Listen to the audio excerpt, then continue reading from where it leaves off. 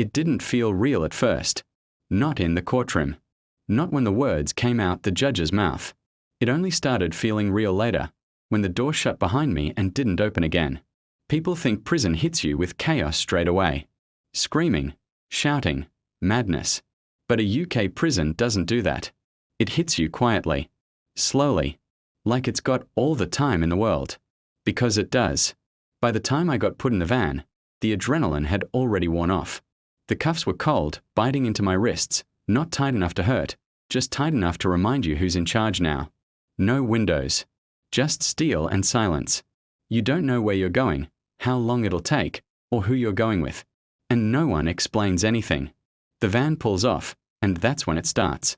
Your mind, replaying every moment that led you there. Every warning you ignored. Every time you said, "It'll be fine." It wasn't fine. When the gates came into view, they didn't crash shut like in films. They rolled. Slow. Heavy. That noise stays with you. Because it's not aggressive. It's confident. Like the prison already knows you're not going anywhere. Inside, everything's process. Forms. Questions. Waiting. They take your clothes, your phone, your money, even your shoelaces. Not rough. Not rude. Polite. Professional. Almost apologetic. That's the maddest part. They don't treat you like an animal. They treat you like something already dealt with. By the time you walk to the wing, your head's spinning but your body's empty. You feel hollow. Like someone scooped you out and left the shell standing. The door opens. You step in. And then it closes. Not a slam. Just a solid, final click. That sound tells you everything you need to know. The cell smells like old sweat and disinfectant. 2 bunks. A table bolted to the wall. A toilet right there. No privacy, no lid, no shame left to lose. Your padmate looks at you once. Doesn't ask your name. Just asks, "What you in for?" That's when you realize names don't matter much in here. Time does. Your first night is the longest night of your life. The wing settles, but your head doesn't. You hear doors clanging.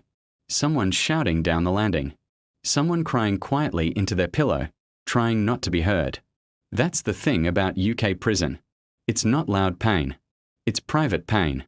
You lie there staring at the ceiling, thinking about the outside. Your mum. Your missus. Your kids if you've got them. The normal stuff you never thought twice about. Walking to the shop. Sitting in traffic. Complaining about work. You'd give anything for boring right now. Sleep comes in patches. 10 minutes here. 5 minutes there. Every time you drift off, you wake up again, heart racing, forgetting where you are, then remembering. Morning comes early. A light flicks on. Breakfast shoved through the hatch. Cold toast. Weak tea. Maybe a bit of cereal if you're lucky. That's when it properly lands. This isn't a bad day. This is your routine now. Days in UK prison blend into each other. Same sounds. Same smells. Same faces. Time moves weird. Hours crawl, weeks vanish, months disappear before you even realize they've passed. You learn the unwritten rules quick. Don't stare. Don't ask too many questions. Don't touch what isn't yours. And don't trust anyone straight away. But don't be rude either. Balance is everything in here. You see lads come in acting hard, chest out, trying to make a name. They don't last long like that. This place doesn't reward noise. It rewards people who keep their head down and read the room. The screws aren't monsters. Most of them are just doing a job. But they don't forget you're locked in and they're not. That power sits in every interaction, even the calm ones. Days turn into weeks. You start marking time by visits and canteen days. Little wins. A phone call. A decent meal. A letter from home. Those letters mean more than money ever did. You read them slow. Over and over. Sometimes you don't reply straight away because you don't know what to say without worrying people. You don't want them knowing how quiet it gets inside your head. The hardest part isn't violence. It's boredom mixed with regret.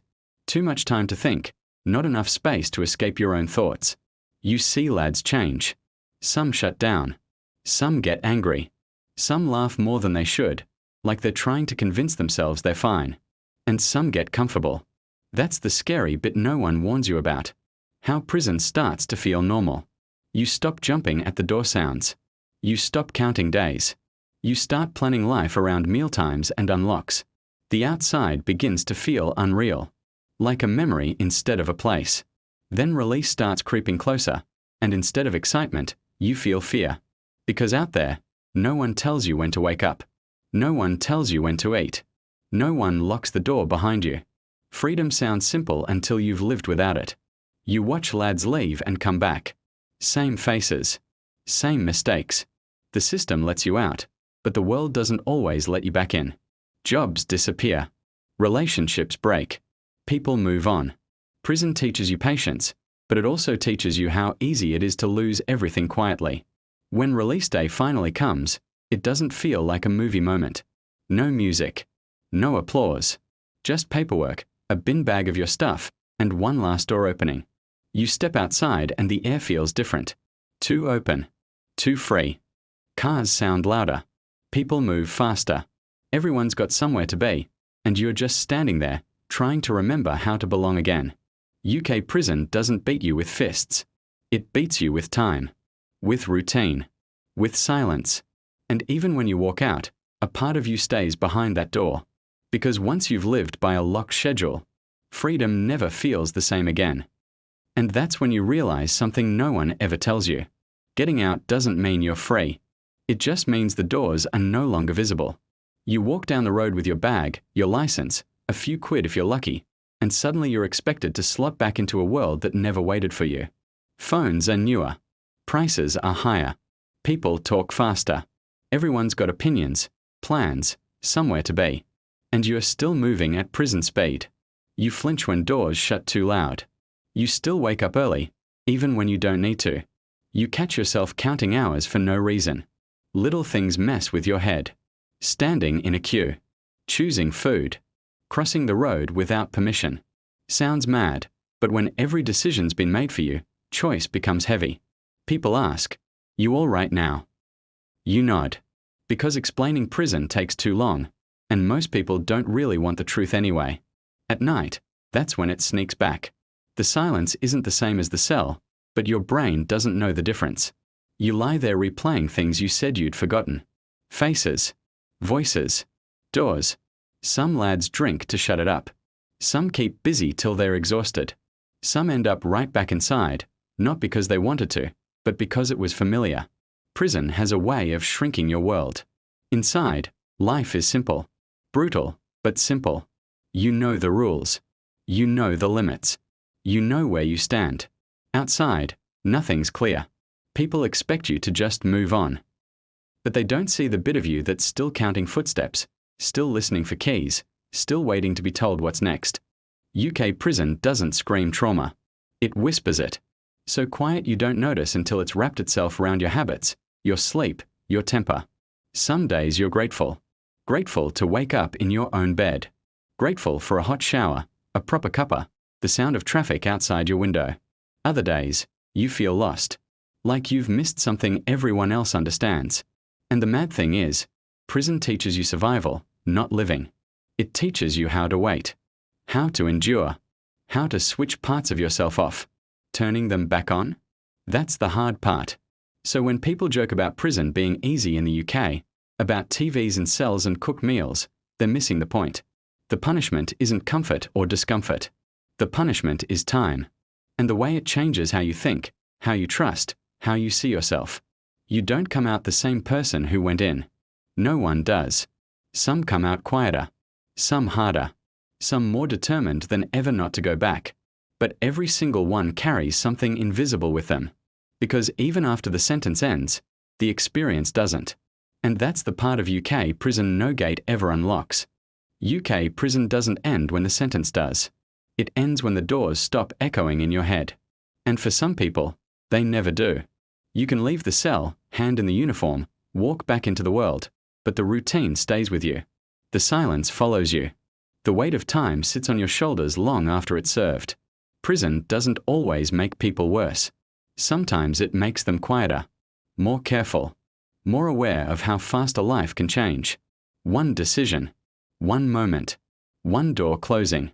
And while the system counts years and months, The real sentence is measured in memories you can't unlive and habits you have to unlearn. So when you pass a prison wall, or hear keys jingle behind a door, remember this. Most of the damage isn't done inside the cell. It's done after, when you're expected to be free but still learning how to live like it. Because UK prison doesn't just lock you away. It leaves its mark. And that mark doesn't disappear when the gate opens. If this story made you pause, or made you think a bit differently about prison life in the UK, take a second to like the video. It helps more people hear stories like this. Subscribe if you want real prison documentaries, not the Hollywood version, but the quiet truths people don't usually talk about. And if you've lived this life, or know someone who has, drop a comment below. Your voice matters more than you think. There are more stories coming. Stories about time, choices, and what freedom really means. Stay safe.